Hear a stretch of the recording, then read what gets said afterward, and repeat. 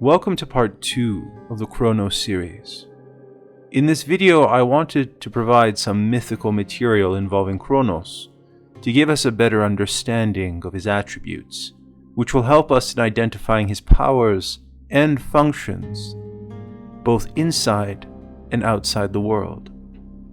But first, I feel it is important to make some preliminary remarks before we enter into the various myths of Kronos.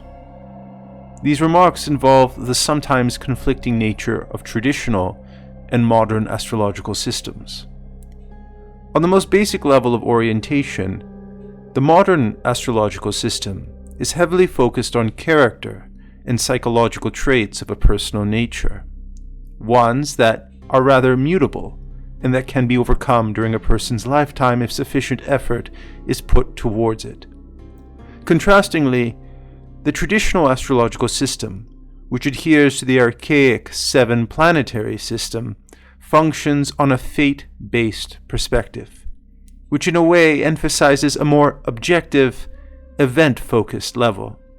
Traditional astrology would broadly answer more questions regarding your particular place in the cosmic scheme of things.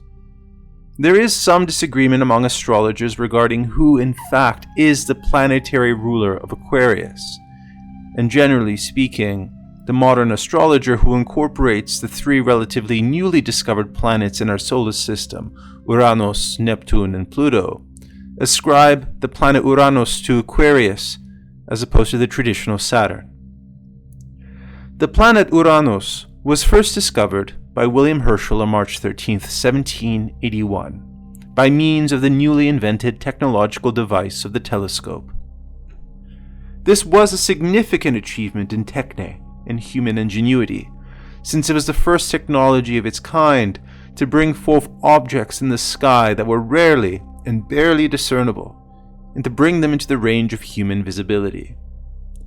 Furthermore, the discovery of Ouranos fell directly between the American and French revolutions, and therefore the attributes assigned to the planet by astrologers was suggestive of ideas that emphasized creative advancements that could also be associated with technological innovations and radical revolutionary change and societal upheaval. I personally insist on the traditional configuration of Saturn as the planetary ruler of Aquarius, because the mythologies of Saturn and Kronos subsume those exact same attributes recently attributed to Ouranos. For example, the first manufactured object ever created was produced by Gaia, and the first one to utilize this technology was Kronos.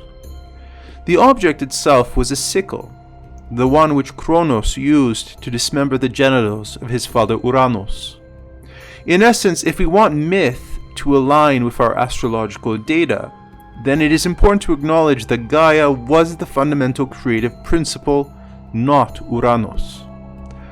Also, as we will explore in greater detail below, the idea of revolution and an inversion of societal order is in fact inherent to Kronos' mythological role and cult status. I should mention also that the cult practice associated with a particular god need not be dependent on the god's mythological function. This isn't to say there is in fact no relation between the mythology and the practice, but it is important to keep in mind that one does not necessarily inform the other. Although there may be a discrepancy between cult worship and mythological themes, I do think that it is still helpful in unveiling the nature of the god in question by reviewing both sources of information. To drive my point home, whether understood in the context of cult worship or mythopoetic representation, the gods were ultimately experienced by humans on a personal level and therefore possessed personality. Additionally, there's a certain remoteness on both a metaphysical and mythical level of any planet that resides outside the boundary of Saturn. What I am suggesting is that from a human perspective, Saturn, as distant and remote as it is still recognizably a relatable element in the human cosmos. As a boundary marker between the knowable and the unknowable, it is sufficiently differentiated from the primordial darkness to actually have cults associated with it in the Greek and Roman worlds. The same cannot be said of Ouranos, who does not have any cult ritual associated with him, at least none attested to in the extant literature. Ouranos, in my opinion, is so far distant in cosmogenesis that he, along with Ge or Gaia, the earth goddess, function more as proto-cosmogonic principles, as opposed to deities like Titans or Olympians. After coming to this intuitively, I later found corroboration in the Neoplatonic reimagining of Hesiod's poem through Plotinus's treatise against the Gnostics. Plotinus considers Ouranos a transcendent first principle. Kronos he sees as mind or nous, and his son Zeus as psyche or psyche. As Robert Lamberton states, quote, "This same myth is evoked at the end of the essay on noetic beauty, where it is suggested that the binding of Kronos represents the unaltering transcendence of nous, which leaves the governing of this world to its offspring, Psyche." Of course, with Plotinus, he applies nous or Psyche rather inconsistently to Zeus. The role of Ouranos and Ge in the creation of the cosmos has parallels in the Egyptian pantheon with Geb and Nut. Geb represented the male earth and Nut the female sky. We can see here that the Greeks saw the sky as male and the earth as female. Tefnut, the goddess of moist air, separated the divine couple from their tight embrace and allowed a space to be formed that was to be filled by her presence. This creation of space effectively allowed the cosmos to come into being. In the Egyptian imagination, the world would abruptly end if the air did not separate the tight bond between sky and earth. In Hesiod's theogony, the most complete and widely accepted mythological account of the birth of the gods, the original situation between Ge and Ouranos is clear. Ge, or Gaia, is the principle of generation. In fact, she brings forth Ouranos, quote, so that he might enclose her on all sides, so as to be forever the sure seat of the blessed gods. Gaia is known by her epithets of broad-breasted and the sure seat of the gods, indicating that one of her major functions is the idea of boundedness in a world that emerges from the undifferentiation of chaos. She is the first peras, or limit, to the aperon, the unlimited. Only after applying a limit to the unlimited is creation allowed to emerge. Through the act of parthenogenesis, she gives birth to the nymphs, the seas, and mountain ranges. She also has within her Tartara, a womb-like structure which later becomes masculinized as Tartarus. From the union of Gaia with Ouranos, Okeanos emerges, the ocean that encircles the earth, along with the 11 titans of which Kronos is the youngest, the Cyclopes and the 100 Handers. Because Gaia is the generative principle, she is absolute fecundity. But fecundity and generation entails constant and ceaseless change, essentially a change and movement that can provide the opportunity for destabilization of the established rule of Ouranos. And, in order to prevent her prolific creation of life and reproduction of powerful beings that can one day potentially supplant his rule, Ouranos seeks to mate with her by, quote, bringing on night. This night is precisely the primordial night that existed alongside primordial darkness at the beginnings of time. In essence, Ouranos is aiming to circle back to the primordial beginnings of cosmic creation in order to nullify the effects of Gaia's self-fertilizing parthenogenesis. By seeking to sexually enter Gaia continually, without pause or cessation, the act of coitus stoppers her vaginal canal and prevents further beings from becoming generated. All her former creations, including Kronos and his siblings, remain trapped and embedded in her womb. And as more and more are produced, the pressure within her builds, becoming unbearable, and she groans under the strain of the proliferation of being. Eventually, she produces from herself the sickle, and it is only up to the youngest generation, and the youngest child specifically, Kronos, to take up the task of harvesting or mowing, quote, the genitals of his father. Once the act is performed, the Titans are released along with the Erinyes, the giants and the Meliae, who are nymphs of the ash trees and parents of the bronze generation of humans, our primordial ancestors. In essence, humans are the products of titanic blood. Aphrodite was also born from the mixture between Ouranos' spilt seed and the salty sea, but that will be saved for another video. Kronos inherits his father's insecurity and paranoia with regard to the maintenance of cosmic order, and once he has established his reign, he couples with his sister wife, Rhea, and produces each of the familiar Olympian gods and goddesses, subsequently swallowing each in turn after they are born. In Macrobius' Saturnalia, Praetextatus recounts a specific version of this Kronos consumption myth as an image of time, acting as both the creator and the destroyer of all things.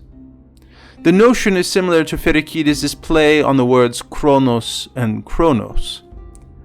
A deception is eventually created by replacing the child Zeus with a stone, and the struggle repeats itself in true cyclical fashion that mirrors the revolving nature of the constellations and the changing seasons.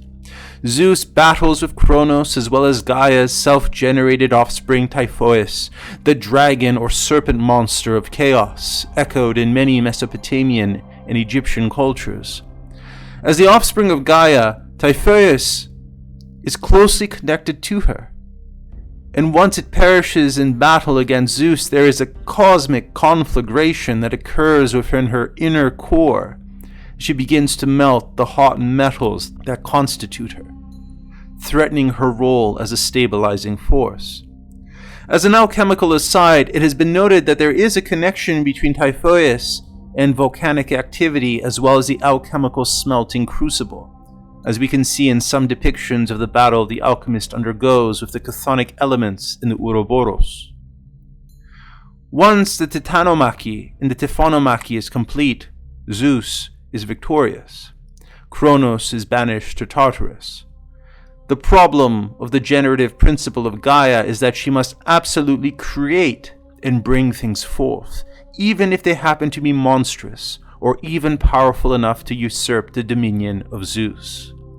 Through a complicated structure of divine pairings and marriages, each of the Olympian gods are somehow neutralized so that they cannot provide a threat to Zeus's sovereignty. Furthermore, Zeus swallows the Titaness Metis, she being the embodiment of cunning and deception. By swallowing her, Zeus is incorporating her attributes into himself so that he can detect any sort of cunning plot to usurp him well before it happens, no matter where in the cosmos it occurs. By incorporating the personification of deception and cunning, Zeus can always maintain the upper hand and predict and foil plots before they can happen. The cosmic order is established, but this does not guarantee its indefinite continuity. As humans, our mixture of titanic blood and our spokesperson, Prometheus, present perhaps an indirect challenge to the cosmic stability. When humans forget their proper place within the scheme of things in the cosmos, as we have done, and threaten to continue magnifying our increasing exertion of will and power on the world through technological means, then we threaten the divine order. Just as in the Egyptian myths, particularly in the Amduat, Re descends into the depths every night to combat Apophis, the serpent of chaos. And the rising of the sun is both a rejuvenation and a re-establishment of Re's kingship and cosmic order. But there is always the real risk that one night Re may lose the battle, with chaos prevailing. I want to be clear that I'm not suggesting that in the age of Aquarius, Zeus is somehow supplanted, dethroned, or banished from the cosmos, for that would be too presumptuous. Zeus is indeed the cleverest of the gods, and as I mentioned before, contains within himself the cunning of Metis.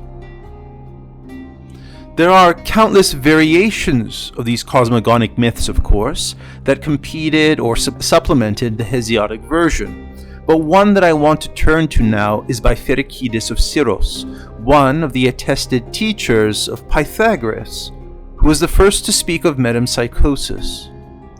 Very rarely are his theocosmological fragments discussed in the popular sphere. Our knowledge of the gods comes heavily from Homer and Hesiod, who were contemporaries. But Pherekydes was a contemporary of the pre-Socratic philosopher Thales of Miletus, several hundred years later. This version of cosmogenesis is quite a departure from Hesiod's account. But if we are to take both myths as equally valid, it becomes clear that the relationship between Zeus and his father Kronos is much more ambiguous than we would be led to believe in the theogony. Rather than acting in opposition to one another, where one generation rebels and attempts to dethrone the former generation, Pherekydes' cosmogony suggests a certain level of cooperation. Briefly, it is as follows. There is no real beginning of the cosmos. Chaos is not described as a precursor to all things.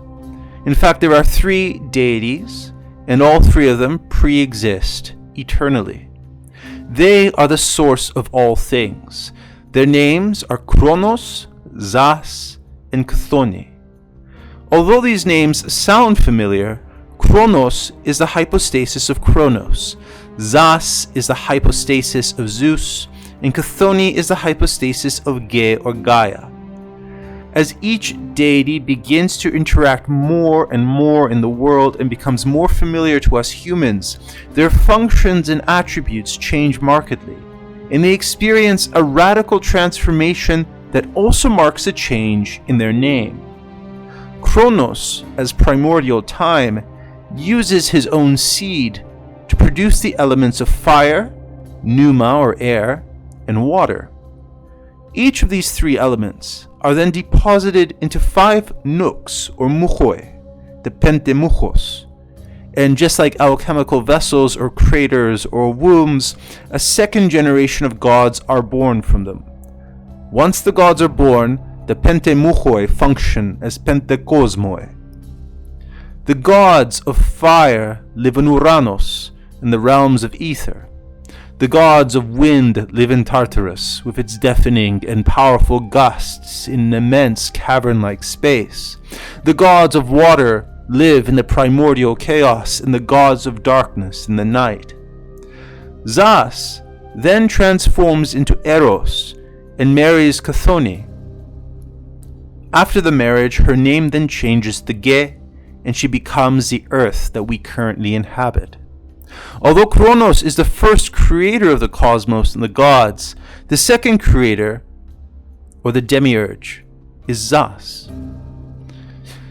The Neoplatonist Proclus, having read fragments of Pherekydes as well as the Orphic literature, refers to the role of Saturn Kronos as, quote, the counseling cause to Jupiter or Zeus. The Italian Renaissance philosopher Giovanni Pico della Mirandola criticized Proclus for, quote, projecting the ultimate counsels of God onto so familiar a figure as the classical Saturn, instead of leaving them hidden in the Orphic night.